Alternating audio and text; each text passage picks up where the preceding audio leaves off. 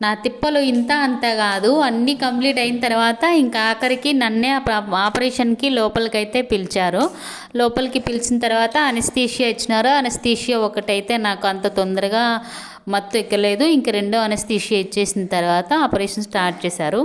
పొట్ట మీద ఇప్పటి వరకు నాకు ఆ సౌండ్ ఇంకా గుర్తుకుంది. ఏదో ఇంతగా ఒక 10 నిమిషాల ముందు జరిగినట్టుగా పొట్ట మీద కోస్తుంటే.